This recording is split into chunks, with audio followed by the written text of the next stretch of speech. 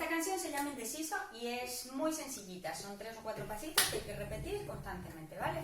El primer paso son 2 lunge al lado, un paso al frente, un paso atrás y un paso largo. Lo mismo con la izquierda, 2 lunge al lado, un paso al frente, un paso atrás y uno largo. Y luego voy a combinar brazos con piernas y movimiento de hombros, ¿vale? Y empezamos, es 1, 2, subo y bajo y abro grande. Y es 1, 2, subo, bajo y abro grande.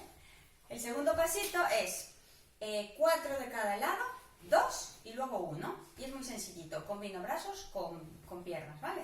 Y es 1, 2, 3, 4, 1, 2, 3, 4, 1, 2, 1, 2, 1, 1, 1 y 1. Y el último pasito, subimos los brazos y hago rodilla arriba y flexiono abajo, ¿vale? Y es 1, 2, 1, 2 y brazos atrás con marcha. Repito, 1, 2, 1, 2, brazos atrás.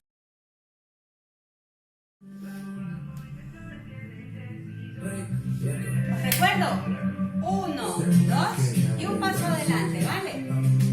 Y largo. 1, 1 y largo allá. ¿Vale? Paso y regreso. Y deslizo con brazos. 2, paso, regreso. ¿Vale? Con fuerza, mira. Ponle hombros y grande. Hombros. Un paso adelante y uno detrás. ¿Vale? Ahí va. Ahora disfruta.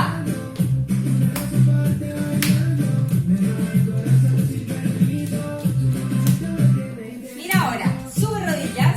Sube brazos. Lado y lado. Sube rodillas.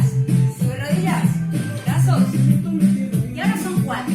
1, 2, 3, 4. 1, 2, 3, 4. 2.